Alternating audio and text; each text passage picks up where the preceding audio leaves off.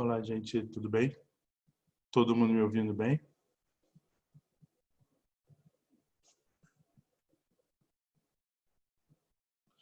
Que bom. Ótimo.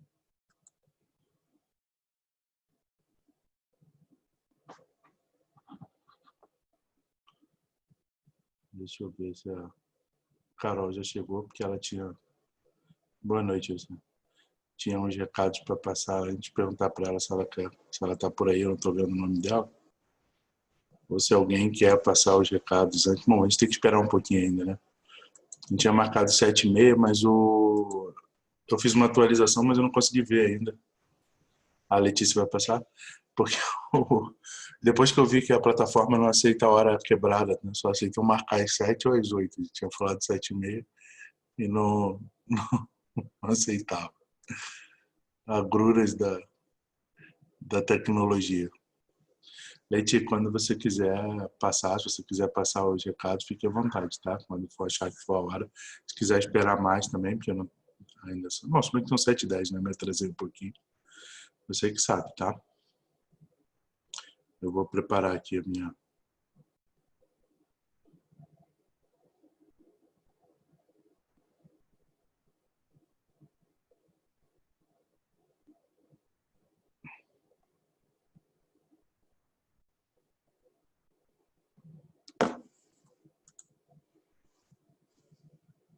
Sem problema. A Mabel falou comigo que estava tendo dificuldade para entrar, mas acho que já vai conseguir já. A gente espera. Eu aproveito e vou preparando aqui, porque eu também me atrasei todo.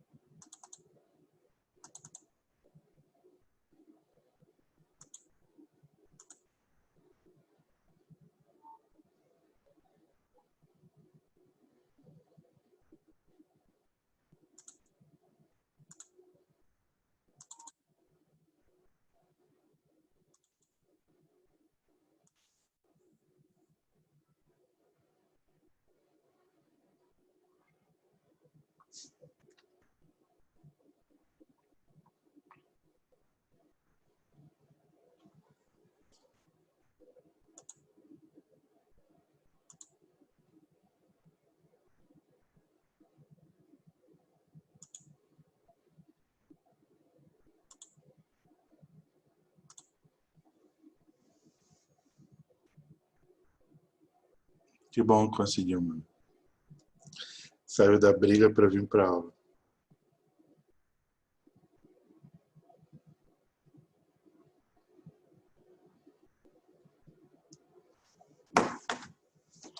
Boa noite, boa noite.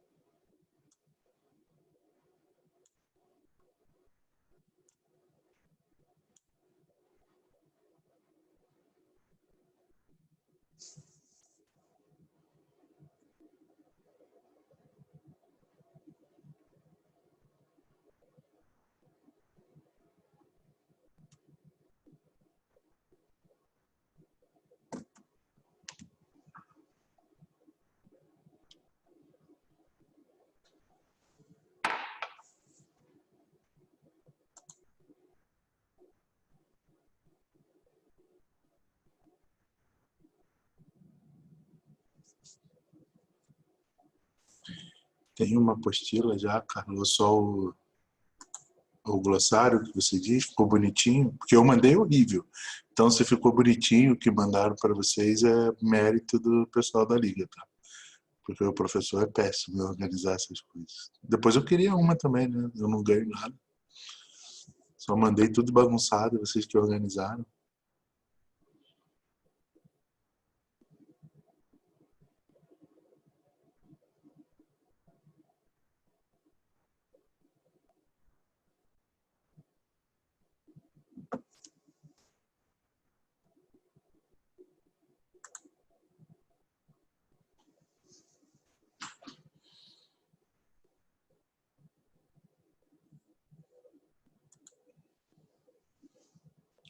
É igual quando quem é meu aluno em sala já viu meus slides, os que são bonitinhos, pode ter certeza que foi o pessoal da liga que fez. Os outros slides são meus. Ah, sem dúvida, Santiago. A gente também sente falta de todo mundo que passou por lá, pela liga. A gente teve muita sorte ao longo desses anos. Claro, sempre tem pessoas que a gente tem mais afinidade, menos afinidade, né? Mas eu acho que a gente, como liga, sempre deu muita sorte de sempre ter gente bastante trabalhadora e competente, assim, mesmo com personalidades diferentes. Sempre foi bem tranquilo lidar com vocês. Nem sempre é assim, a gente sabe disso.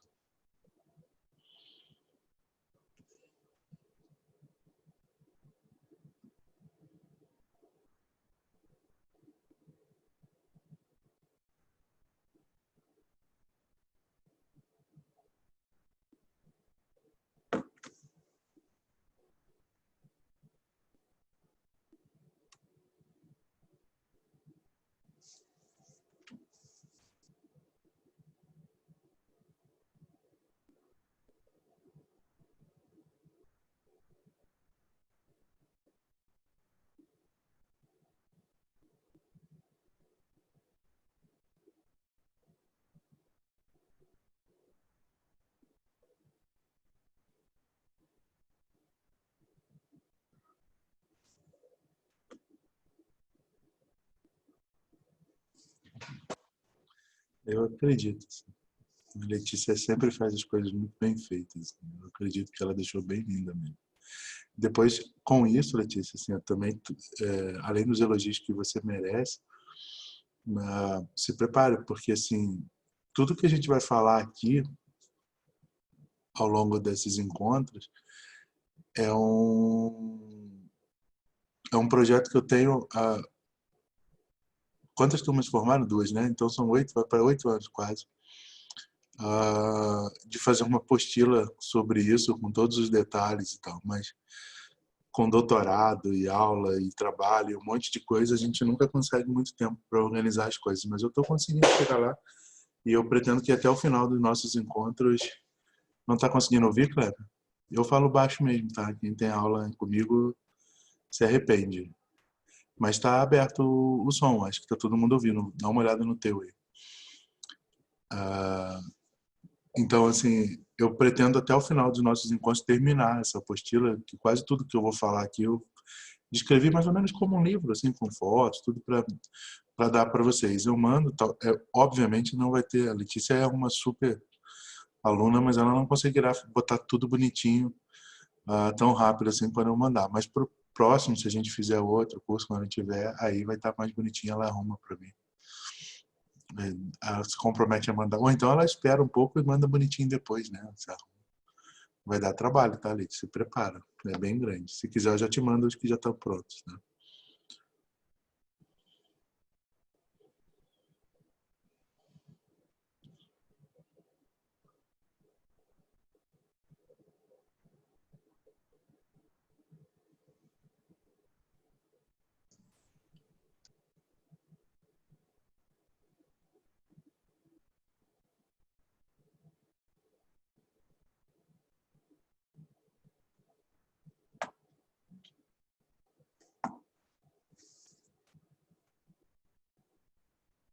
Vou te mandar então, Leite, pode deixar.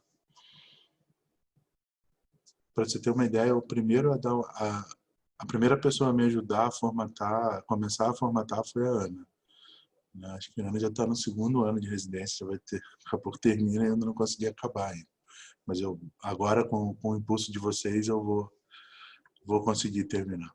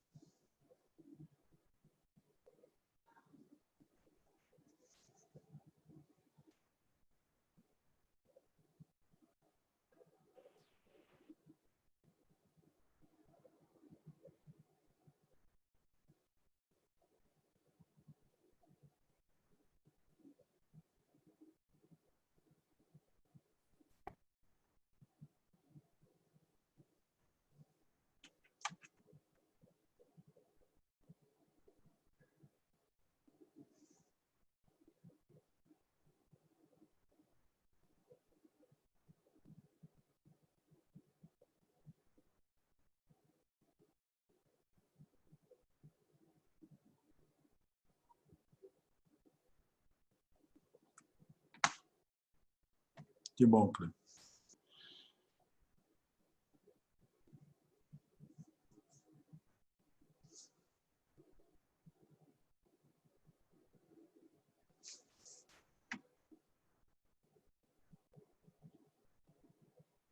Tranquilo, Leite, não tem pressa. Eu estou em casa. Graças a Deus.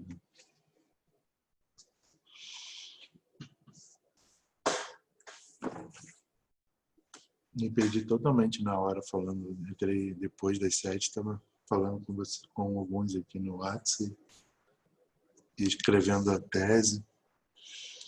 E não são só vocês que o professor enche o saco, né? Meu orientador me mandou uma mensagem falando: ou você escreve essa porcaria, ou a gente vai desistir de orientar. Não falou assim porque é uma pessoa educada, mas falou de outra forma. E aí eu comecei a escrever bastante. O Gabriel estava com o mesmo problema, o Clever, e ele conseguiu resolver. Os outros estão ouvindo. Veja a tua configuração. Vê se você...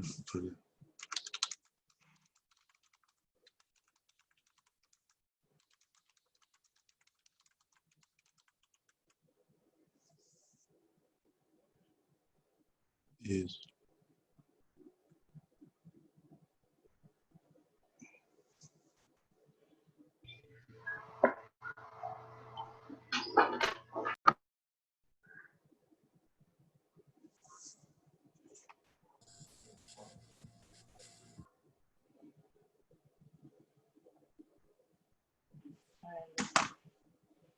Esse não copia, não copiei.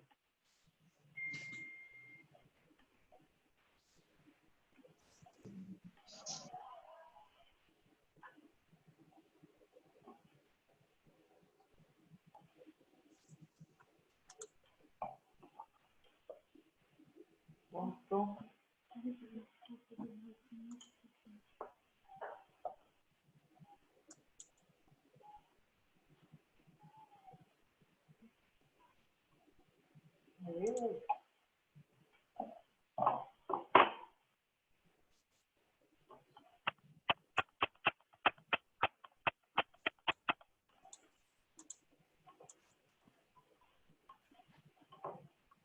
Oi, estão me ouvindo? Agora é. Achei. Eu vou passar alguns recadinhos, então, antes da gente começar, tá? Em nome da Liga de Neuroanatomia e Neurologia Almeida Rodrigues, da UniOeste Francisco Beltrão, agradeço a presença de todos na nossa primeira aula do curso de Neuroanatomia Aplicada à Clínica. Alguns avisos iniciais. O link de acesso às aulas vai ser enviado por e-mail e pelo grupo do Telegram. Olhem no spam ou nos excluídos, se não encontrarem. E o link de acesso ao grupo do Telegram também foi enviado por e-mail alguns dias atrás. Aí procurem lá se não encontrarem. Acessem nosso Instagram, @lanarfb, lanar com 2N, para participar dos sorteios que nós vamos promover em parceria com a Sanar na UniOeste e a Jaleco UniOeste FB. O sorteio da Sanar vai ser na próxima aula e o da Jaleco a gente vai divulgar nos próximos dias. O link do formulário de presença vai ser enviado somente no final da aula e vai ficar aberto por 30 minutos. E dúvidas sobre a aula podem ser enviadas no chat e vão ser respondidas durante a aula ou no final. Sobre o nosso palestrante, é o professor Carlos Frederico de Almeida Rodrigues, graduado em Medicina pela Fundação Souza Marques, do Rio de Janeiro. Tem residência em Neurologia e Neurocirurgia e também especialização e pós-graduação em Neurocirurgia Pediátrica. É mestre em Filosofia Política e Ética pela PUC do Rio Grande do Sul e doutorando em Bioética pela Faculdade de Medicina da Universidade do Porto, em Portugal. É professor titular da disciplina de Neurologia na UniOeste Francisco Beltrão e preceptor da Liga de Neurologia e Neuroanatomia Almeida Rodrigues e da Liga de Neurologia e Neurocirurgia de Pato Branco. Passo a palavra para o professor, sempre um prazer. Muito obrigada, tenham um ótimo curso. Obrigado, Leite. Perfeita como sempre, só que, como dizia o meu orientador de mestrado, o currículo não vale nada se a aula for uma porcaria, né? Então, tomara que vocês gostem Eu vou partilhar a tela com alguns slides que eu preparei para esse nosso primeiro encontro, para vocês terem uma ideia do que eu pretendo, porque assim, vocês serão as cobaias desse nosso primeiro curso, assim.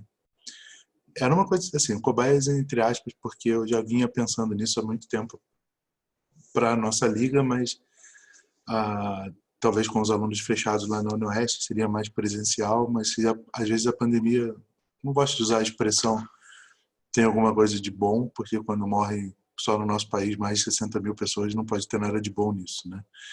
Mas vamos dizer que com as contingências que a gente está passando, a gente tem que tentar tirar o máximo de proveito que podemos das oportunidades que aparecem. E aí surgiu essa ideia de fazer isso, finalmente terminar a apostila que a gente falou, e fazer online esse curso. É até legal que a gente pode abrir para colegas de outras instituições, e é sempre bom trocar essa ideia, fazer um intercâmbio. E a ideia do curso, ela é muito... Eu não gosto da curso, que parece que alguém detém o conhecimento sozinho, que sou eu, e vocês vão ficar aí sentados parados. Na verdade, o objetivo é que vocês raciocinem junto e a gente vá conversando e tirando algumas dúvidas ao longo dos nossos encontros. A minha ideia é clara, assim, porque era uma dificuldade que eu tinha quando eu estava na idade de vocês, era, primeiro, talvez não tivesse dificuldade em ver o exame neurológico e ver que está alterado. Mas a questão de ver o que está alterado e entender o que isso significa clinicamente, o que isso significa topograficamente, né? Como eu faço para localizar no sistema nervoso central o meu sintoma, né? O que o paciente está apresentando, como é que eu faço para, através do meu exame clínico e da minha história, localizar essa lesão topograficamente, porque isso mudou muito nos anos. Quem é meu aluno, eu sempre falo isso em sala de aula. Quando eu estava na idade de vocês, era a primeira vez que a gente tinha uma tomografia na Santa Casa, onde eu fazia aula no Rio de Janeiro. E era para pedir a tomografia, tinha que ter a assinatura do diretor do hospital. Não é uma mentira, não é aumentando para dar uma ideia de história, não é verdade mesmo. Tinha que ter autorização do diretor, porque era muito caro. Hoje em dia você tem tomografia aqui em Pato Branco, eu já nem sei mais quantos a gente tem, já perdi a conta. Na ressonância eu sei que tem 3 já. E a gente precisava muito usar o exame neurológico para localizar a lesão, e a partir do momento que você localiza topograficamente, você tem uma hipótese diagnóstica. Com o surgimento dos exames de imagem, a gente passou a achar que essa localização não seria mais tão importante assim, né? Não teria mais tantas complicações, assim, não seria tão problemático, porque a gente tem uma tomografia. Eu peço a tomografia, eu vejo onde está a lesão, pronto, não preciso ficar me preocupando com o exame.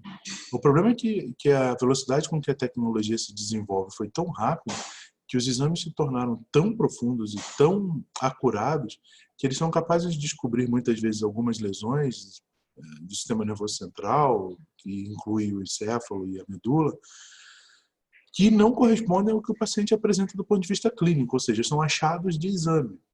E aí a gente voltou a ter importância os teus achados do exame neurológico e das queixas do paciente, para que você tenha certeza que aquilo que o exame de imagem está te mostrando corresponde ao que o paciente está sentindo, né? E não um exame de imagem com uma alteração em busca de uma doença que não é a queixa do paciente. Até para uma questão de prognóstico de tratamento. O paciente tem uma queixa X, você acha um outro problema em outro local, e você vai dizer para ele que aqui tratando aquele problema vai resolver a queixa, mas se a queixa não é daquela topografia, não vai resolver. Existe um outro motivo para essa queixa. E isso é mais comum, mais frequente do que vocês imaginam na neurologia e na neurocirurgia. O exemplo clássico sempre é a questão da coluna, talvez seja o exemplo mais clássico, né? Você tem dor, e você não tem dor num trajeto radicular, não tem dor no trajeto de um dermátomo específico, ou tem um dermátomo específico que faz uma ressonância e acha uma alteração num outro dermátomo, trata essa alteração e espera que o paciente melhore. Ele não vai melhorar nunca, porque se o que você achou no exame não corresponde ao que o teu exame clínico, no exame complementar, né, não corresponde ao que o teu exame clínico está mostrando, você vai tratar e vai ter falência de tratamento. Isso acontece mesmo no crânio. Hoje eu peguei um paciente hoje mesmo no consultório, encaminhada por uma neuralgia do trigêmeo. O colega até achou o diagnóstico correto, ela realmente tinha uma neuralgia do trigêmeo, e ele encaminhou porque ela tinha uma lesão calcificada em região frontal, se não era para retirar aquilo para melhorar a neuralgia do trigêmeo. O trigêmeo absolutamente não vai passar no lobo frontal. Tem todo um trajeto anatômico que não é por ali. Então, a ressonância mostrou um outro problema que não tem nada a ver com a neurologia do trigêmeo e que não seria a responsável pelos sintomas do paciente. Então, não, ainda não passei o slide não, tá? Eu vou passar daqui a pouco, eu estou só conversando, tá? Quando eu passar, você vai ver, tá? Então, assim, essa importância de você achar o exame neurológico, entender o que ele significa, fazer através dele um diagnóstico sindrômico, topográfico, te dar, explicar por que aqueles sintomas aparecem e se a queixa que o paciente tem ou que você acha no exame complementar corrobora os sintomas que você está vendo, os sinais que você está vendo, isso torna-se novamente de uma importância tremenda para que a gente possa entender o que está acontecendo. Boa noite. O que está acontecendo com o nosso paciente. Então, esse é o objetivo. Nosso objetivo aqui é de conversar com vocês, assim, não, como eu sempre digo, eu sei que muita gente talvez não, também está no primeiro, eu não passei o slide ainda não, tá? Estou só conversando. Eu sei que muita gente, às vezes, não quer fazer neuro, eu sempre espero que todo mundo queira, porque eu gosto muito, eu acho uma das disciplinas mais fabulosas que a medicina pode nos dar, assim, a começar, como eu sempre digo, você usa um órgão para estudar ele mesmo, né? A gente usa o cérebro para estudar a si próprio. Isso já é uma coisa fantástica. Então, eu espero que vocês gostem, que vocês entendam como é importante para a gente o exame neurológico e essa correlação anátomo-clínica. Bom, e aí o que eu pensei da gente fazer? Eu deixei aqui os tópicos, né? O que a gente tem, assim, que podemos falar, que é extremamente importante para tentar abranger, claro, a neurologia é vasta, né? Como eu disse para vocês, então, quando eu estava no terceiro ano, há 20, 30 anos atrás, nós estávamos começando a ter os exames que mostravam o órgão que a gente vai estudar. Todos os outros órgãos do corpo já tinham isso, já tinha ecocardiograma, você já tinha uma série de exames que avaliavam, mesmo com raio-x, você via os órgãos internos, o cérebro era o único que a gente não tinha um exame capaz de visualizá-lo diretamente. Também recente, a gente já tem um vasto campo de pesquisa, de entendimento de como o nosso cérebro funciona. Então, abranger toda essa vastidão é difícil, mas tem algumas coisas que são extremamente importantes. Eu separei isso nos tópicos que eu pretendo falar com vocês. Então, essa nossa introdução hoje, o glossário caprichado que a Leite mandou para vocês. Depois a gente vai falar um pouquinho sobre a anamnese. Obviamente, eu não vou ficar falando sobre a anamnese que vocês já estão acostumados de uma maneira geral. Vou focar um pouco naquilo que tem importância do ponto de vista neurológico: motricidade, sensibilidade, nervos cranianos, funções superiores, avaliação do estado mental e avaliação do paciente em coma. Isso aqui é um guia que a gente vai ter durante todos esses encontros, tá? Não necessariamente a gente precisa extinguir tudo num encontro só. Eu acho que fica muito improdutivo, né? Ainda mais com essa questão de toda a nossa... Ninguém aguenta mais ficar sentado, vamos ser sinceros, né? Na frente do computador mais que 1 hora e pouquinho, ouvindo uma aula online, é difícil você conseguir manter a tua atenção. Então, eu pretendo que a gente tenha um encontro de 1 hora, 1h10, 1h15, quando passar muito, assim, para a gente tentar fechar um tema, mas se não der, nós continuamos no próximo encontro até que a gente feche todos esses temas e terminemos de avaliar tudo que é possível do nosso paciente e das queixas. Se vocês repararem, eu acho que o meu mouse aparece para vocês, são as grandes síndromes neurológicas, né? Alteração da motricidade, alteração de sensibilidade, acometimento de pares cranianos, acometimentos cognitivos, a avaliação do estado mental e o paciente em coma, que a gente vai encontrar bastante na emergência. Quem for trabalhar em emergência vai lidar com esse paciente, e tem muitas coisas que a gente pode retirar de um paciente em coma através do exame para que a gente possa ter uma ideia de onde está a lesão e das possíveis causas, né, etiológicas dessa lesão. Bom, na anamnese, então, a gente vai sempre focar na história da doença atual, nos antecedentes pessoais, antecedentes familiares, mas como eu disse para vocês, vai ser uma avaliação, uma forma de falar muito voltada para neuro. Então, eu vou dizer assim, na história da doença atual, o que é importante eu perguntar? Dor neuropática. O que você tem que saber da dor neuropática? Quais são as principais dores de origem neural? Como que avalia uma dor neural? Quais são a importância da gente ter algumas perguntas específicas na anamnese? O que é importante de antecedentes pessoais do ponto de vista neurológico? Então, assim, vai ser uma coisa bem focada na especialidade. Mas eu vou tentar fazer o possível para que não seja uma coisa de especialista, vamos dizer assim, né? Que se transforma às vezes numa coisa maçante só para quem ama muito a especialidade. Vou tentar focar na neuro, mas assim, aquela neuro que todo mundo vai aplicar e que deve saber aplicar para fazer um bom trabalho quando estiver avaliando um paciente em ambulatório ou na emergência, porque não tem como escapar, né? Quem vai dar plantão, quem vai trabalhar de clínica, é o destino de todos nós quando nós nos formamos inicialmente, vai em algum momento avaliar um paciente neurológico. E aí não tem desculpa, né? Eu não gostava, não estudei na faculdade. Não. A gente precisa saber pelo menos o que está fazendo para orientar adequadamente o nosso paciente. Então, nosso primeiro encontro... Deixa eu ver quem está me perguntando aqui.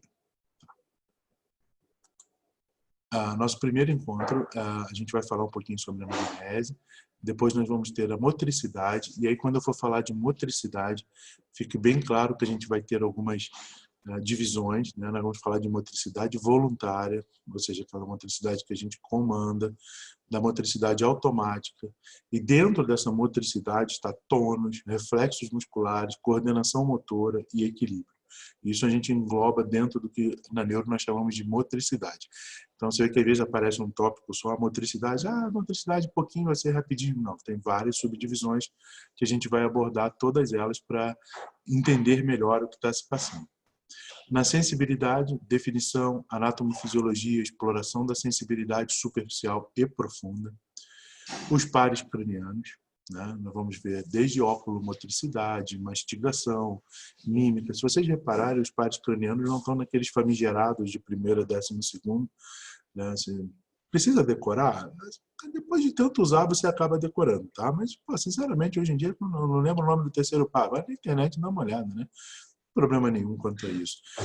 Mas vocês reparem que a gente vai focar muito mais nas funções que nós vamos examinar. Tá? Eu vou examinar a oculomotricidade. É óbvio que se eu vou examinar a oculomotricidade, vai ser importante, por isso, a correlação anátomo-clínica. Vai ser importante eu conhecer quais os nervos que envolvem a oculomotricidade, quais os músculos que estão afetados, e assim sucessivamente. Mastigação, mímica facial, motricidade, deglutição, toda essa lista de exames clínicos que são extremamente importantes, que tudo que está aqui refere-se a pares cranianos. Né? Alguns óbvios, né? Oculomotricidade. A oculomotricidade envolve o quê? Terceiro, quarto, sexto. Visão, segundo nervo, o que eu vou ver? Então, alguns nervos são muito óbvios, assim, mas outros nem tanto. Rotação da cabeça, sensibilidade esteroceptiva do crânio. A gente vai dar uma olhada nisso um pouco mais profundamente, como examina, qual o significado de alterações, o que a gente está buscando e correlacionar com a anatomia. As funções superiores, principalmente linguagem, memória, praxia e gnosia. Avaliação do estado mental, aí nós vamos mostrar os principais testes de avaliação do estado mental. Isso, eu estou começando mostrando, Gregor, o que a gente vai fazer durante o curso, tá? E como é que isso vai funcionar e como eu pretendo apresentar para vocês, tá? Vamos fazer as principais avaliações do estado mental, nós vamos ver os principais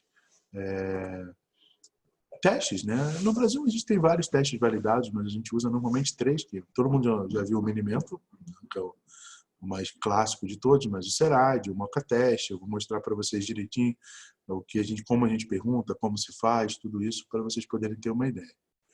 E a avaliação do paciente em coma, né? Exploração clínica, né? O exame clínico e a anatomofisiologia do coma, para a gente sempre correlacionar. É claro que, mas o curso é de anatomia relacionada à clínica com exame clínico. Sim, mas é óbvio que a gente vai extrapolar e vai tentar um diagnóstico, vai tentar mostrar para vocês como a gente raciocina em cima disso. Tá? O que eu pretendo fazer então, gente? Todas as vezes que a gente for começar, com exceção da anamnese, né, que não tem como fazer um caso clínico, vai ser mais uma coisa mais teórica mesmo, todas as vezes que a gente for começar, eu vou entrar no tema com uma pequena parte teórica, tá? Que é uma revisão anatômica, uma revisão clínica daquilo que eu vou falar. Por exemplo, motricidade automática, eu vou revisar os tratos que usam a motricidade automática, como é que funciona, como é que isso se apresenta, etc. E aí, depois disso, nós vamos ter um caso clínico para discutir. Só que esse caso, eu já vou estar entregue na aula anterior. Tá? Então, por exemplo, a próxima, como eu falei, é de anamnese, não tenho como fazer um caso clínico. Mas quando eu terminar a aula de anamnese, eu vou dar para vocês os casos da próxima, para vocês já irem e ter as perguntas que eu quero que vocês atinjam no caso. a localização, síndrome topográfica. Então, eu dou um caso para vocês já irem dando uma olhada, eu vou passar para vocês. Tá?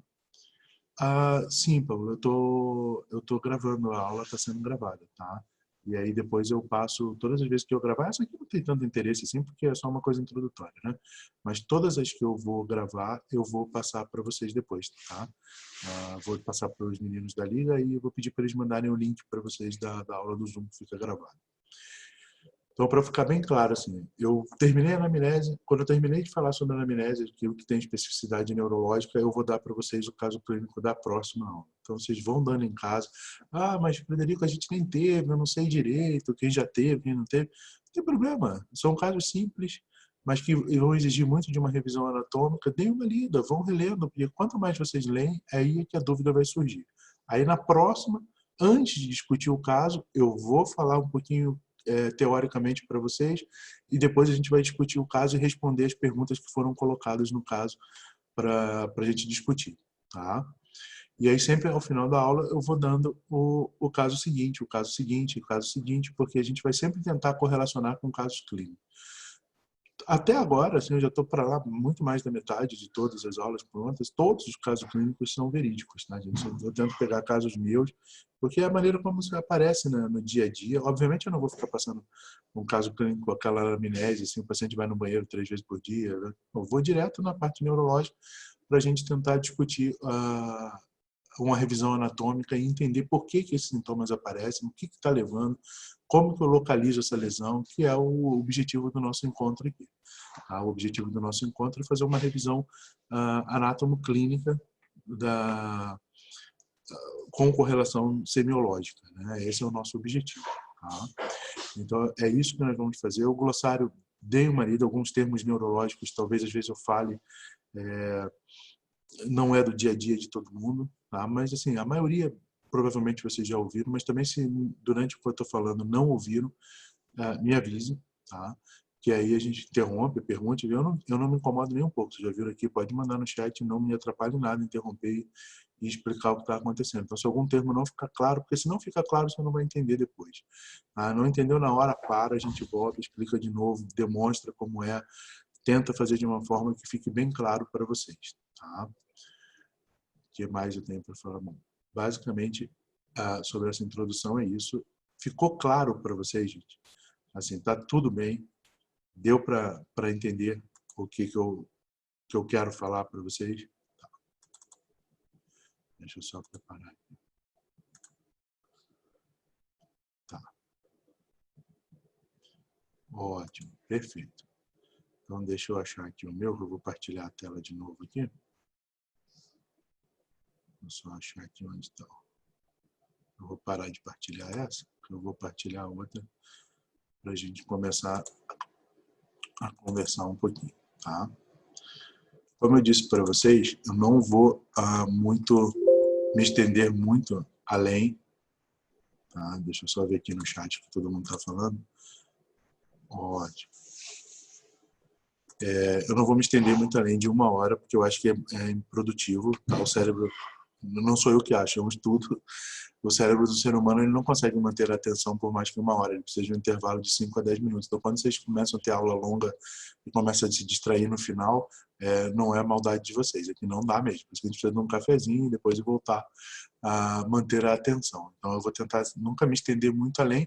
Mesmo que a gente não termine o assunto naquele dia, não tem problema. Tá? Se a introdução ficou bem claro para vocês, eu vou começar, tá, a falar um pouquinho sobre a anamnese. Tá? Por quê? Porque assim, o objetivo aqui não é, como eu disse para vocês, ensinar ninguém a fazer anamnese, é focar nas alterações mais neurológicas. Né? Por quê? Porque como toda e qualquer especialidade, não existe a neurologia sem uma anamnese bem feita. É fundamental isso para que a gente possa ter um diagnóstico. Então, vocês já devem ter lido vários trabalhos a respeito de anamnese. 80% do teu diagnóstico está ali na tua anamnese. Então, é importantíssimo que a gente faça uma anamnese bem feita. E uma anamnese bem feita, nem sempre é só, principalmente quando é uma especialidade que tem muitas peculiaridades, como é o caso da neurologia, tem algumas coisas que a gente precisa aprender um pouco mais sobre a questão da anamnese neurológica, o que perguntar, como perguntar, para você entender os sintomas, ainda mais que os sintomas às vezes são muito estranhos, assim, se você não tiver um conhecimento bem aprofundado, anátomo-fisiológico, patológico, você pode até confundir sintomas que estão surgindo com algo que é subjetivo e que nem existe, né? Como eu sempre digo em aula, assim, eu detesto a expressão piti, né? Eu não acho que nada é piti. Ou o paciente tem uma patologia psiquiátrica ou o paciente tem uma patologia orgânica, né? Quando não tem as duas. Tá? Então, mas até prova em contrário, ele tem uma patologia orgânica. E se a gente fica sempre sem conhecer e sem saber o que perguntar, muitas vezes você não consegue fazer um diagnóstico adequado. E a pergunta, ela não envolve apenas assim, o que perguntar sobre os sintomas do paciente, mas perguntar que sintoma é esse que o paciente traz. Tá? Como assim, Frederico? Que sintoma? Quando o paciente me diz a queixa principal, ele me diz o sintoma. Mas é que do ponto de vista neurológico, algumas coisas têm muitas sutilezas. Por exemplo, o paciente diz para a gente assim, eu estou tonto. Tá? O que o paciente quer dizer? Sim, eu vou salvar, as aulas estão sendo gravadas, tá? Você pode ficar tranquilo, depois eu mando o link para vocês, tá sendo gravado direitinho, tá? O que eu quero dizer com tonto, né? Os meus pacientes até riem, porque às vezes você está cansado, você não explica direito o que você está perguntando, né? O paciente diz assim, eu estou tonto, eu falo assim, mas o que é tonto para o senhor? O paciente diz, tonto é tonto, né? Mas tonto, gente, por exemplo, pode ter relação com o fato de que o paciente tem uma ilusão de movimento, o que é uma vertigem, tá? Então, eu estou tonto, eu sinto que meu corpo está se movimentando ou que o ambiente está girando. Isso é uma vertigem. Ela envolve necessariamente que se tenha uma ilusão de movimento. Se você não tem uma ilusão de movimento, você não tem vertigem. Então, cuidado, que nem sempre que o paciente diz que é tonto, ele tem labirintite, por exemplo. Se ele não tem ilusão de movimento, ele não tem vertigem, e essa tontura não é uma labirintopatia. Tonto pode ser, por exemplo, uma queixa relacionada a uma síncope. Né? Eu fico tonto. O que é tonto para o senhor? Minha vista escurece quando eu levanto rápido, eu tenho a sensação de que eu vou desmaiar. Não precisa grandes conhecimentos médicos para entender que um tonto de ilusão de movimento me empurra para um diagnóstico, um tonto de síncope lipotímia me empurra para um diagnóstico totalmente diferente. Né? Ainda pode ter tonto que você pergunta, o que é tonto? Ah, tonto é quando eu tento me concentrar, minha cabeça está vazia, vem os pensamentos que eu não quero pensar, vem algumas coisas ruins na minha cabeça, porque o paciente não sabe te dizer que ele está com fuga de ideias, que ele tem uma despersonalização, ele tenta transmitir na fala dele, então você precisa entender para você fazer as perguntas adequadas. A anamnese precisa ser muito bem feita. Então, assim, eu dei 3 exemplos da mesma queixa que pode aparecer, tontura, sendo que um provavelmente tem fundamento psiquiátrico, o outro pode ter fundamento cardiológico, por exemplo, e o outro tem um fundamento de acometimento vestibular. São 3 coisas diferentes que o paciente pode relatar como tontura. Então, é importante que você saiba perguntar. Né? É importante que você saiba definir, né, os termos da sua discussão, né? Citando Voltaire dizia assim, bom, se você quer conversar comigo, vamos definir os termos. O que você entende por isso, o que você entende por isso, porque senão um fica falando uma coisa, o outro entende outra e a gente nunca vai se acertar. E na anamnese isso é extremamente importante. A gente precisa saber sobre o que o nosso paciente está falando e para que a gente possa entender e fazer uma boa anamnese. Não entendam jamais a anamnese como um procedimento burocrático. Tá? Ele é o início do raciocínio clínico. É ali que você começa a raciocinar clinicamente. Então, não é apenas um preenchimento burocrático de um papel do hospital. É importante porque é ali que a gente vai começar a ter um bom raciocínio clínico. É decisivo que a gente tenha um conhecimento prévio para fazer uma anamnese, por isso que você não começa o curso de medicina fazendo anamnese, seria interessante, porque é legal fazer anamnese, mas a gente precisa de um conhecimento anatômico, precisa de fisiologia. Opa, peraí que saiu aqui. Não sei. O que deu aqui na minha tela aqui? Deixa eu partilhar de novo para vocês aqui.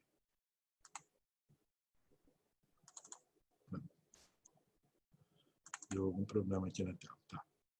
Então é importante que eu tenha algum conhecimento anatômico, funcional, algum saber clínico e humano para você poder conversar com o paciente. Né? Então tem forma de conversar. Alguém compartilhou a tela, né? Ainda bem que não tinha nada demais na tela que foi compartilhada, né? Então, quando a gente vai fazer a história da doença atual, não apenas a queixa principal do paciente, tá? Em neurologia isso é extremamente importante, assim, porque os sintomas neurológicos, eles são muito intensos e eles assustam muito o paciente, tá? Então, assim, por exemplo, eu tenho uma cefaleia e o paciente que tem cefaleia, imediatamente ele pensa, eu tenho um tumor cerebral, tá? E aquela cefaleia, ela fica tão fixa na cabeça dele, tá, do paciente, que às vezes ele tem sintomas relacionados que ele nem sequer relata para você, porque ele quer que você resolva o problema da dor dele, da cefaleia. E outros sintomas neurológicos, isso também pode acontecer, né? Então, assim, toda vez que vocês tiverem um paciente, qual é a queixa principal? Dor de cabeça. Tá, então você vai investigar a cefaleia. Ótimo. Mas serve para toda queixa neurológica, tá? Quando você acabou de examinar ou de investigar, né? Examinar ainda não, mas investigar a queixa do paciente, que era a cefaleia, por exemplo, você pergunte sempre, tá? Essa é uma dica para vocês. Sempre pergunte assim, existe algum outro tipo de sintoma associado?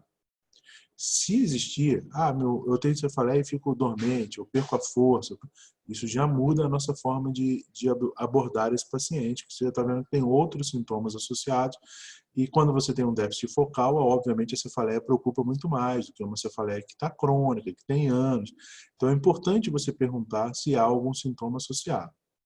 Além disso, cada um, né, dos sintomas do paciente, ele tem que ser esmiuçado, sobretudo em relação a algumas características. Do ponto de vista neurológico, é sempre importantíssimo que vocês perguntem exatamente a localização dos sintomas. Por quê? Porque se é de uma localização periférica, radicular, você tem um dermátomo específico. Se é de um nervo, você tem o trajeto do nervo.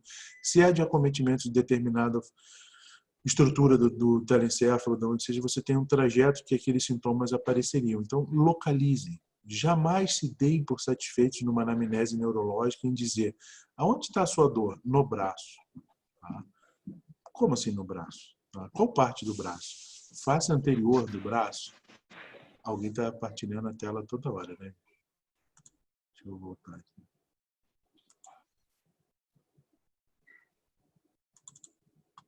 Isso.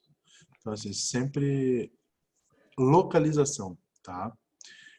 Duração. Assim, não deixem por satisfeito. Localiza-se no braço. Não. Qual parte do braço? Face anterior do braço? Face lateral? Irradia para quais dedos? Vai no primeiro quirodáctilo, no segundo. Todos esses trajetos, tá, têm uma importância tremenda. Como eu disse para vocês, se eu tenho uma dor radicular no trajeto da raiz de L5-S1, e eu faço uma ressonância magnética e tem uma hérnia de disco no trajeto de T12, essa hérnia de disco que apareceu lá não é responsável pela dor do paciente. Tá? Então, assim, eu preciso encontrar um sintoma que justifique o que o meu exame está me mostrando. E não apenas encontrar e dizer assim, se eu digo assim, dói a perna toda, pode ser de T12 até L1, até S1. Então, assim, eu preciso definir o trajeto. Então, toda vez que vocês forem fazer uma anamnese, definam a localização, definam o trajeto, a duração do exame neurológico. Deixa eu botar todo mundo no mudo aqui, gente. A duração do exame neurológico, do sintoma, ela é extremamente importante. Eu botei todo mundo no mudo, Marina. Obrigado. A duração é extremamente importante. A duração e a forma de instalação, né? Eu sempre falo isso em sala de aula, assim, por exemplo, todo sintoma neurológico que tem uma instalação muito súbita, tá? Imediata mesmo, súbita ou aguda, evolução em algumas horas, até um dia, até prova em contrário, isso é uma pergunta que a gente sempre faz na anamnese, né? Quando começou, até prova em contrário, isso é de origem vascular. Tá? Todas, assim, você está bem e fica plégico, tá? Subitamente. Até prova em contrário, você sofreu um acidente vascular. Então, todo sintoma neurológico de origem súbita, obrigatoriamente já nos leva a um raciocínio de uma possibilidade etiológica de origem vascular. Todo sintoma neurológico que começa lá atrás, 6 meses, 1 ano, vai progressivamente piorando, piorando, piorando ao longo do tempo, você vai pensar que está de frente a um processo expansivo. Algo está comprimindo, aquela estrutura está crescendo lentamente e está levando o paciente até a instalação do sintoma. Então, é uma questão simples, tá? De uma pergunta simples. Quando foi que começou? Começou há 15 dias. Como foi? De repente, eu estava bem, de repente não enxergo mais. Súbito, até prova ao contrário, tem uma origem vascular. Progressivo, você vai pensar num processo expansivo. Descrevam isso na sua anamnese. E a neuro ainda tem uma peculiaridade, ela tem os episódios de algumas doenças que são em surtos, né? A primeira vez é sempre muito difícil você diferenciar de uma lesão vascular. Você tem o primeiro surto, depois o paciente melhora, você tem outro surto, aí você percebe que é um padrão de surto, como a esclerose múltipla, miastenia, etc. Mas você consegue definir isso na anamnese se você faz uma anamnese com calma e bem detalhada. A duração dos sintomas neurológicos é extremamente importante que a gente dê uma atenção na anamnese. Porque se eu tenho uma cefaleia que ela tem mais de 5 anos na minha cabeça, dificilmente eu vou pensar que essa cefaleia, por exemplo, está relacionada a algo grave. Uma cefaleia mais recente, que mudou a forma de ser, de 2 meses para cá, de 1 mês para cá, uma duração muito mais recente, já é algo que preocupa a gente muito mais. Então, façam todas essas perguntas, fatores que desencadeiam. Se eu tenho uma cefaleia que é desencadeada quando eu faço algum tipo de movimento que aumenta a minha pressão intracraniana, como, por exemplo, comprimir o abdômen, ou deitar porque eu diminuo o retorno venoso da jugular, a minha cefaleia aumenta, é um sinal de que eu estou fazendo uma manobra, um fator desencadeante que aumenta a minha pressão intracraniana e muito provavelmente eu estou de frente a algo que está fazendo com que a pressão dentro do crânio aumente, provavelmente de frente a um processo expansivo.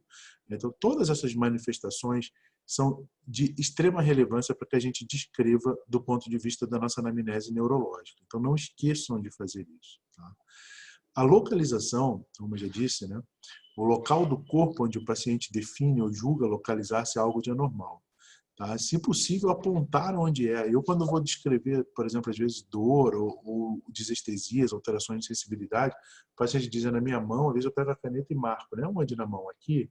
Aqui sim, então vou marcando. E você às vezes pinta o trajeto do nervo mediano, você consegue ver no seu próprio desenho onde está a lesão do paciente. Tá? Então, prestem atenção nessas queixas, fiquem atentos a uma boa anamnese. Duração, por exemplo, né? O tempo que a gente tem entre a data ou a época aproximada do surgimento do sintoma ou do sinal. Pois, um sintoma ou um sinal que surgiu há 2 anos atrás e ficou parado, provavelmente houve uma lesão e não está evoluindo. Agora, um sinal ou um sintoma que vem evoluindo durante essa duração é sugestivo de que a gente esteja de frente a um processo expansivo. Intensidade dos sintomas do paciente, né? Os sintomas ou sinais podem geralmente ser quantificados em graus, por exemplo, tem uma dor forte, uma dor média, uma dor fraca. Existem várias escalas para se medir isso, tá? É muito subjetivo, tá? Eu não levo tanto em consideração assim para dizer algumas vezes de diagnóstico, por exemplo, a patologia tal tem uma dor numa nota maior, a patologia tal dói menos. Eu uso muito a intensidade da dor para primeiro acompanhar a melhora do paciente, né? Porque se o paciente tem uma dor de forte intensidade, você iniciou o tratamento e no outro dia ele diz que a dor está moderada ou fraca, significa que o tratamento está funcionando. Então isso eu levo muito mais em consideração. Né? E a outra coisa também que eu levo em consideração é nenhum paciente com uma dor de forte intensidade consegue te dar informações detalhadas. Tá? Ele está querendo que você alivie a dor dele. E às vezes você tem que fazer isso antes. Alivia logo a dor e depois faz sua anamnese com calma. Porque quando está com muita dor, ele vai dizer, tem isso, tem ou não tem, ou passa logo isso e me dá alguma coisa para o alívio da minha dor. Então, se você percebeu que a dor é de forte intensidade, e mais do que a patologia em si, às vezes a conformidade psíquica do paciente, como ele lida com a dor, alivia a dor, primariamente, depois de fazer a anamnese. Principalmente a anamnese neurológica, que tem que dar muito detalhezinho, né? Todo mundo aqui já teve uma dor que está incomodando, não quer que alguém fique do teu lado perguntando detalhezinho por detalhezinho do que está acontecendo. Te irrita mais ainda e você sente mais dor ainda. Então, às vezes, é necessário, nessa questão da intensidade, já resolva o problema do paciente, faz um analgésico e depois você faz a anamnese com calma. Senão, você pode deixar passar uma série de dados, porque o próprio paciente pode não te fornecê-los, né? Repetindo, né, um pouquinho do que a gente já falou, frequência, né, avaliar o sintoma ou o sinal apresenta tendência à diminuição ou desaparecimento espontâneo, ou seja, eu tenho dor todo dia quando eu vou deitar, ou todo dia no final da tarde eu tenho uma dor, se é regular. Você faleia nucal vespertina, no final da tarde, depois do processo de trabalho, já está estressado, normalmente é sinal de cefaleia tensional. A cefaleia que te desperta durante o sono, eu vou deitar, eu não tenho cefaleia, eu acordo com cefaleia. Diminui retorno venoso, será que não é hipertensão intracraniana? Então anotem a frequência, de quanto em quanto tempo, tem intervalos. Cefaleias que sempre se manifestam uma semana antes da menstruação no caso feminino. É provavelmente uma variante enxaquecosa relacionada ao ciclo menstrual. Então, deem atenção a essa maneira como se manifestam os sintomas neurológicos. Tá? Descrever o tipo ou a qualidade que o paciente atribui à manifestação. Tá? Deixe ele livre para falar. Tá? É como se fosse formigamento, é queimando. Né? Uma dor em queimação te sugere uma neuropatia. Uma dor aguda, como se fosse uma facada, sugere mais, por exemplo, na região lombar com irradiação para o membro inferior. Será que não é uma extrusão discal? Não deixe ele falar a maneira ou a peculiaridade dos sintomas que ele tem. Como eu disse antes, fatores agravantes, fatores atenuantes, o que melhora, o que piora. Se não apontar, se ele não falar isso espontaneamente, olha, a minha dor de cabeça melhora quando eu aperto. Pergunta. Tá? Esse sintoma do senhor, tem algo que o senhor faça que melhore? Tem. Tem algo que o senhor faça que piore? Tem. Então, anote, tá? Descreva os sintomas. Sejam bem pormenorizados na anamnese e aproveitem esse tempo que vocês têm agora, né, para treinar a fazer, porque se você não treina agora, posteriormente você vai pular essa etapa. Então, treine. Eu costumava ouvir meu professor e não dava muita atenção, como todo aluno, né? A gente passa um pouco, depois a gente vê se falar, ah, caramba, eu devia ter dado mais atenção. Mas tem uma coisa que eu fazia, que ele me ensinou, um professor especificamente, e eu acho que é interessante. Não tem paciente com diagnóstico bobo. Né? Você pode fazer uma história muito bem feita em qualquer paciente. Você vai no pronto-socorro, vai na enfermaria, tem um resfriado, faça a anamnese dele, faça direitinho, veja os sintomas. Você vai ver como vai te ajudar no diagnóstico de maneira bem mais fácil. Tá? E ainda, então, do ponto de vista neurológico, as manifestações associadas. Né? Subjetivas, objetivas, que vão acompanhar sempre ou ocasionalmente o sintoma ou o sinal que está sendo caracterizado. Se tem algum sintoma associado, se alguma coisa mesmo que você não veja, mas que seja subjetivo, sinais neurológicos podem ser muito subjetivos. Tá? Eu tive um paciente já com diagnóstico de epilepsia, que o que ela tinha era uma epilepsia que iniciava, por exemplo, na área sensitiva, é um caso verídico, do córtex parietal, na área sensitiva pós-central, e a única coisa que ela tinha de convulsão era sentir o corpo inteiro amortecer e uma piloereção. E passou por vários colegas, assim, até chegar quando eu fazia residência, e a gente fazia o diagnóstico de uma epilepsia. Né? Passava e era tratada como um transtorno psiquiátrico. Né? O paciente de vez em quando sente o corpo inteiro arrepiar e mais nada. Isso é um paciente psiquiátrico. Né? E tem muito mais coisas, às vezes, e a gente precisa entender e deixar o paciente falar. Né? Esse é o grande problema, né, Ludmila, da nossa realidade, vamos dizer assim, né? E assim, não é um problema de uma realidade nacional apenas. A gente gosta muitas vezes de falar mal da nossa realidade, né? Isso acho que todos os povos do mundo falam mal de si mesmo, mas não admite que o outro fale, né? Mas eu já tive a oportunidade de passar, por exemplo, na França, fazer um estágio em Portugal, e o tempo é sempre muito exíguo, tá? Eu posso dizer o seguinte, de todo o coração, assim, tá? São muitos detalhes importantes mesmo. E vocês vão perceber, assim, às vezes você está lá na UBS ou está no pronto-socorro com um colega médico e fala assim, cara, como é que ele fez esse diagnóstico? Ele fez 2, 3 perguntas e fez o diagnóstico. Né? Tinha tanta coisa para perguntar. Experiência. Né? A medicina é uma coisa que ela é muita teoria, mas ela também é muita prática. Né? Você tem que conseguir juntar as duas coisas. E você tem uma curva de aprendizado. Tá? Quanto mais você vai vendo uma coisa, quanto mais você vai fazendo aquela coisa, mais você vai se acostumando a ver e mais seguro você vai ficando de fazer. O que pode parecer uma coisa boa, mas não é tão bom assim, tá? Existem vários estudos que dizem o seguinte, assim, quem mais erra em cirurgias relativamente tranquilas são os cirurgiões mais experimentados, tá? Por quê? Porque eles se sentem seguros. Tá? E quando você se sente seguro, você acha que você pode fazer muita coisa. Quando você está começando, você tem mais calma. Tá? Então, o que eu digo para você? Aproveite o tempo que tem como aluno. Tem tempo no hospital? Depois da aula, teve mais um tempinho, vai ficar meia hora, 40 minutos, pega às vezes um paciente, senta e faz a anamnese com calma, fora do professor enchendo a paciência, dizendo que tem que estudar, faz para você e para o teu paciente que virá no futuro. Quanto mais você fizer, mais segura você vai estar para entender que algumas coisas, naquele caso específico, são mais válidas de perguntar, né? E outras coisas um pouco menos válidas. Nesse caso aqui específico, eu não preciso perguntar isso. O que eu sempre digo é o seguinte: você fez um raciocínio clínico, não chegou ao diagnóstico, volte, sente na beira do leito e converse de novo com o teu paciente. Alguns pacientes, imediatamente você vai perceber, quando a tua experiência for aumentando, que você tem que focar mais tempo nesse paciente. Outros pacientes você vai entender que pode ser uma coisa mais rápida. Não existe uma receita de bolo. É caso a caso que você tem que aprender. Realmente a questão do tempo exíguo no nosso dia a dia, né, ele atrapalha bastante. Tá? Mas, assim, mais do que o tempo exíguo é você não saber o que você quer perguntar. Eu tinha um professor que sempre dizia: para barco que não tem direção, qualquer vento é desfavorável.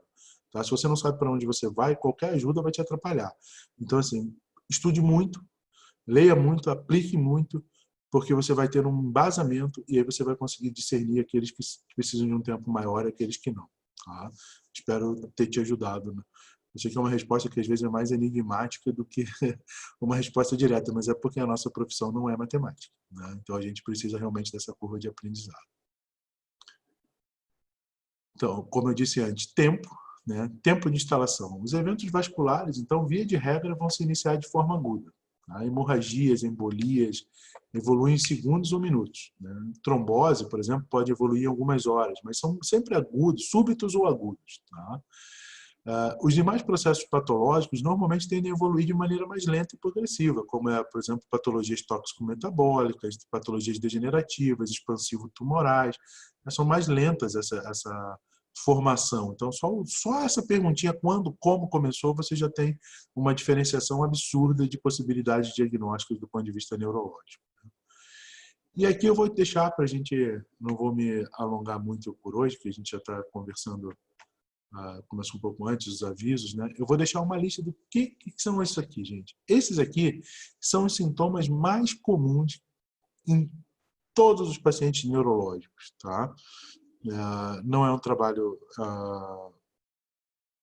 tirado, não é uma invenção minha, não é tirado do nada. Isso é um trabalho do pessoal da neurologia da USP de Ribeirão. Eles levantaram em vários prontuários, em um estudo multicêntrico no Brasil, serviço de neurologia, quais eram as queixas mais comuns que levavam o paciente a procurar ajuda no neurologista. Obviamente, quando eu falo dor, né, você fala, né, assim, eu digo é o ganha-pão de todo neurologista. Então, esses são os principais sintomas, né? Dor, crises epiléticas, distúrbios de movimento, parestesias, vertigens, distúrbios visuais, auditivos, nervos cranianos, alterações da linguagem, da consciência, sinais e sintomas viscerais, perturbação mental, alteração muito mais voltada, muito próxima à psiquiatria do que a parte neurológica mesmo. Então, esses são os sintomas em ordem de frequência, né, do primeiro para o último, que mais levam o paciente a procurar ajuda de um consultório neurológico. E cada um desses sintomas, na anamnese, tem algumas características específicas que a gente precisa perguntar. Tá? Tem algumas coisas que são muito específicas da neurologia, perguntar sobre cada um desses sintomas para que a gente possa identificar, ter uma boa anamnese e fazer a nossa hipótese diagnóstica. Tá? Eu vou parar aqui, tá? Para a gente se encontrar na próxima aula. Eu vou pedir para vocês darem uma lida com calma nesses sintomas e aí eu vou falar um pouquinho sobre a particularidade de cada um deles. E aí no nosso próximo encontro a gente termina a anamnese e eu passo os casos clínicos para a motricidade. Tá? Deixa eu parar de partilhar a tela aqui. Pronto. Tudo bem, gente? Deu para entender esse início agora, introdutório? Então, na próxima semana, a gente vai falar sobre cada um desses sintomas na anamnese neurológica. Tá? Eu tenho dor. O que eu preciso perguntar para a dor? O que eu preciso saber para a dor? O que eu preciso para entender o que está se passando com o paciente que tem dor? Paciente que tem convulsão. Como é que eu identifico o que é uma convulsão? Isso é uma convulsão ou é uma síncope? Que sinais eu percebo na minha anamnese que me levam a dizer que é uma crise convulsiva? Então, a gente vai esmiuçar um por um dos sintomas na anamnese para vocês poderem entender como se faz uma anamnese do ponto de vista neurológico. Tá? Agora, deixa eu ver se eu consegui abrir o meu chat aqui. Tudo bem, então, gente? tá? Alguém tem alguma dúvida? Alguém quer perguntar alguma coisa? Tá? Por favor, fiquem à vontade. Também, se, assim, às vezes eu sei que... Eu sempre fui um aluno bastante introvertido, tá? Então, às vezes a gente não consegue, na frente de todo mundo, perguntar muitas coisas. Eu me deixo à vontade de pautar aqui para vocês, tá? O meu e-mail. Tá? Se foi aqui no meio, aqui antes da Carol que escreveu ali o link, quem quiser anotar, depois a aula vai ficar gravada, eu vou passar para vocês. Se tiver alguma dúvida, quiser me mandar, por favor, fiquem à vontade. Eu tenho um grave problema com tecnologia, deu para vocês verem, né? Não é uma coisa que eu amo muito, mas eu vejo meus e-mails pelo menos dia sim, dia não. Então, se eu não responder no dia, no outro dia eu vou ver e aí eu respondo, tá? Então, fiquem, por favor, à vontade para perguntar. Muito obrigado pelos elogios. Eu espero que as próximas sejam legais. Eu acho que a parte mais teórica é sempre um pouco mais maçante, né? Assim a gente vai falar, mas é importante para vocês aprenderem a avaliar um paciente. E aí eu vou depois começar com os casos clínicos mesmos e as referências anatômicas e semiológicas, tá? Eu depois vou agendar a próxima no Zoom. A princípio a gente vai ficar, imagina, a gente vai ficar sempre com esse horário, tá? Talvez um pouco mais cedo, se não incomodar vocês, ali às 7 mesmo, para a gente acabar às 8, é cedo para todo mundo, né? Fica mais tranquilo. E até porque o Zoom não permite que eu faça a aula quebrada no horário. Mas eu acho que é melhor que seja às 7 mesmo.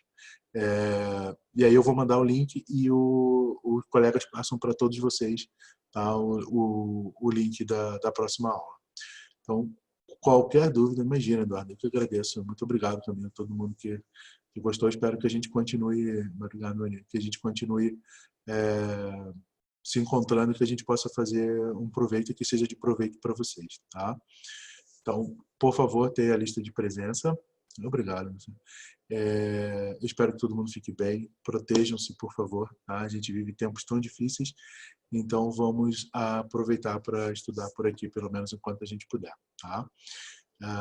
Até semana que vem, então. Qualquer problema, qualquer dúvida, por favor, me avise. Tá? Você acompanha bem só. Débora, claro. Tá? Assim, e por favor, né? Se você tiver alguma coisa que não tenha ficado clara, pare e pergunte. Né? Pare e pergunte, não tem problema nenhum. Tá? Claro, acho que acompanha super bem, sim. Será um prazer que tenhamos outros colegas. Assim.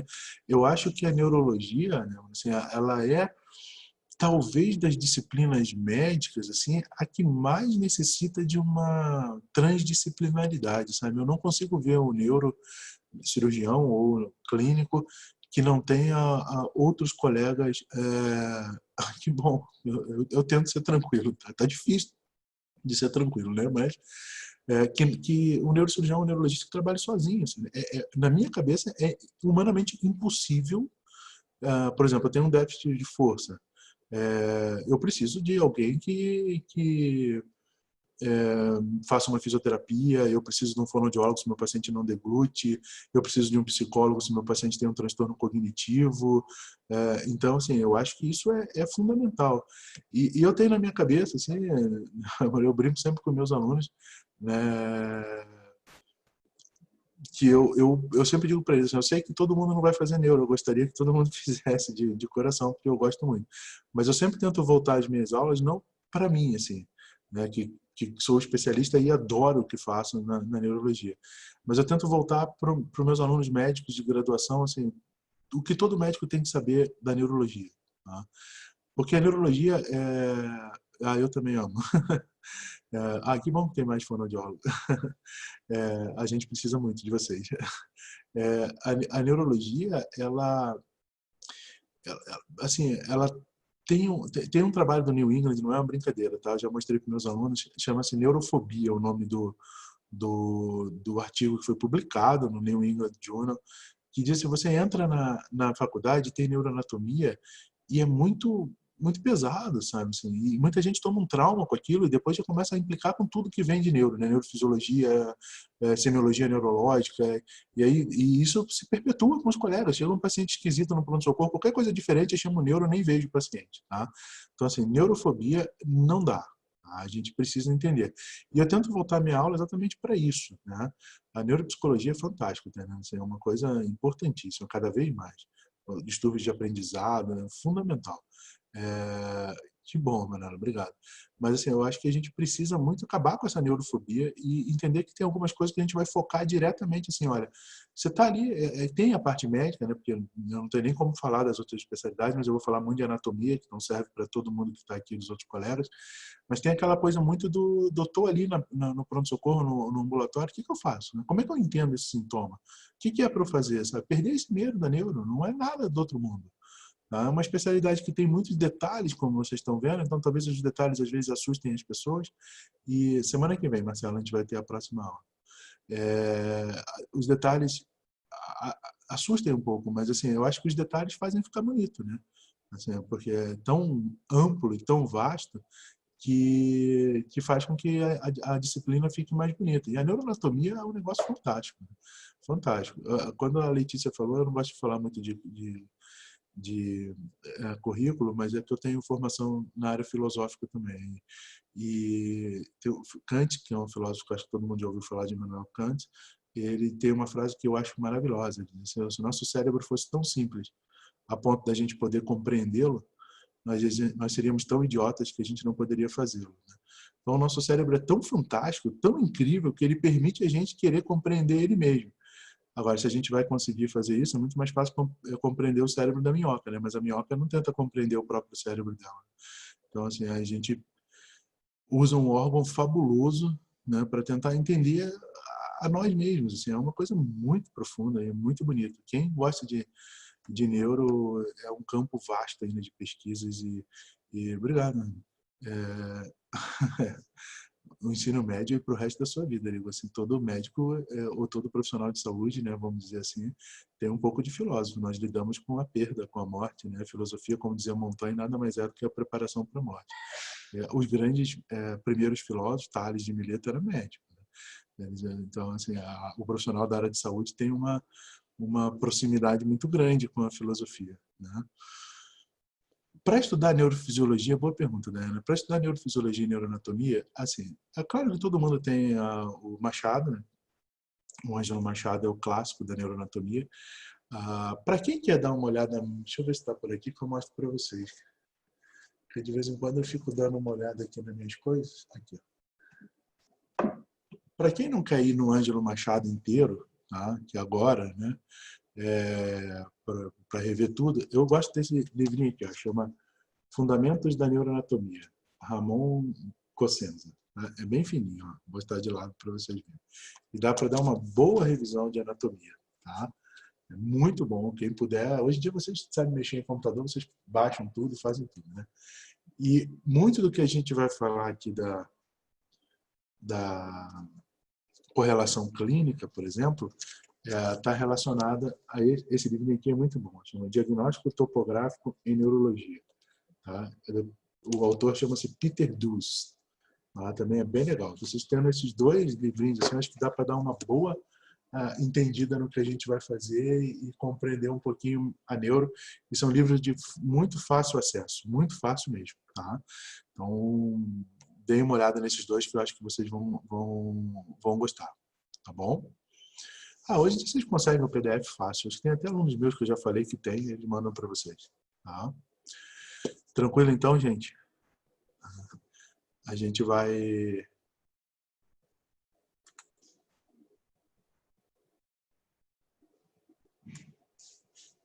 Deixa eu anotar aqui. Pronto. Então a gente vai preparar. Eu vou mandar o link então da próxima aula para vocês, tá? Fica gravado, tá? João, a rede social é uma boa pergunta. Assim, eu vou dizer para você que eu tenho, tá? Eu tenho Face, eu tenho Twitter, Instagram, tem todas essas coisas. Mas se você perguntar qual é o negócio para me achar, eu não sei. Mas normalmente é o meu nome. Tá? Procura lá, você vai achar. Eu sou péssimo com isso. Peço muita desculpa, mas realmente a tecnologia não é uma coisa que eu tenha tanta facilidade. Bom, vocês viram que minhas coisas estão em livros ainda, em livros bem antigos, né? Eu tenho dificuldade com relação a isso. Tá? O Neto me acompanha no Twitter. Né? Saudade de você, Neto. Precisa acabar logo essa pandemia para a gente marcar um café. Né? A gente deixa o Thomas de fora, o Thomas é muito neurológico, a gente deixa ele de fora e vamos tomar um café. Né? O nome do autor do segundo livro, Marina, é Peter Dues. Deixa eu escrever para vocês aqui.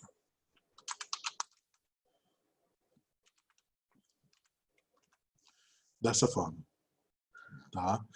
Peter Dewey. É bem legal de ler, assim, você vai gostar bastante. Ah, e tem um outro que não está aqui. Que pena que não está aqui. Mas tem um livro de um colega de... Mando sim. Deixa eu botar aqui.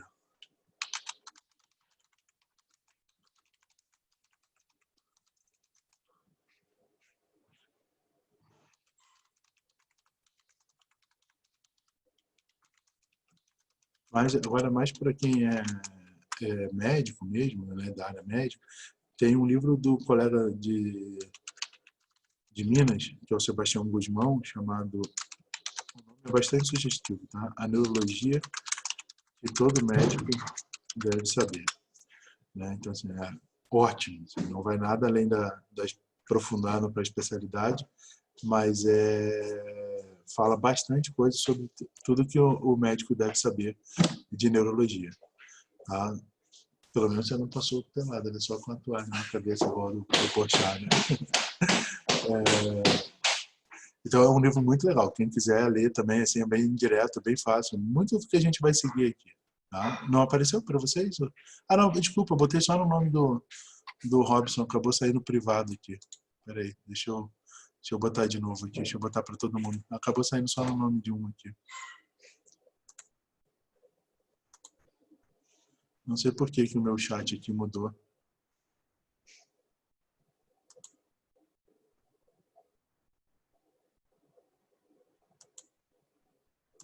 Vê se agora vai para vocês. Deixa eu ver se está indo aqui. Eu não sei se está travado aqui o meu aqui. É Sebastião Guzmão. Vê se apareceu para você. Não, só está indo para o Robson. Não sei por que o meu está travado aqui. Deixa eu mudar aqui para todo mundo. Everyone. Peraí. É mais fácil quando está escrito everyone, né? Se eu abrisse para ler, seria mais fácil, né? Agora vai. Vamos lá. Vê se apareceu para vocês aí agora. Foi? Tudo? Todos eles já apareceram, então? Ou só apareceu o nome do Guzmão? Vou botar de novo. Foi. Tá. Ótimo. Tá. Então, esses, eu não precisa ser todos, assim, mas são bons livros para ler. E vocês vão ver que eu vou fazendo com bastante calma. Assim, eu vou falar tópico por tópico, item por item, um por um. Vou explicar tudo para vocês dentro do que for possível. E as dúvidas surgindo, a gente para e vai conversando. Tá? Só foi o Guzmão? Então, vou botar os três aqui de novo, para não ter problema. Então, Sebastião Guzmão. A neurologia que todo médico deve saber. Tá? Peter Dewey, diagnóstico topográfico e neurologia. E neuroanatomia, Ramon Cosenza. Tá? Esses três são bem legais, são rápidos de ler, não são difíceis, são gostosos de você ler. Tem que se apaixonar pela neuro, claro, aí você pode ir para outros. Né? Você tem também o Adams, que é o tratado de neurologia, o Humans, que é o tratado de neurocirurgia, o Brodal, que é o tratado de neuroanatomia. Né? Então tem coisas muito profundas assim que você, para quem gosta muito. Mas acho que se tem uma boa formação, esses três são bem legais, dá para entender perfeitamente. Tá? Tudo bem então, gente? Então, assim que eu imagina não, assim que eu conseguir marcar de novo, agendar a próxima aula, eu mando o link para a Leite e aí ela passa para todos vocês, tá? Então, eu espero que todo mundo fique muito bem, que corra tudo bem para vocês. Imagina, Samir, fique tranquila. E que semana que vem a gente se encontra aqui às 7 da noite para conversar sobre neuro. E vocês me interrompam, porque se deixar eu falo sem parar, porque eu gosto muito da disciplina. Tá? Imagina, é um prazer, foi todo meu. Tá? Até semana que vem, então, gente. Tchau, um beijo para todo mundo.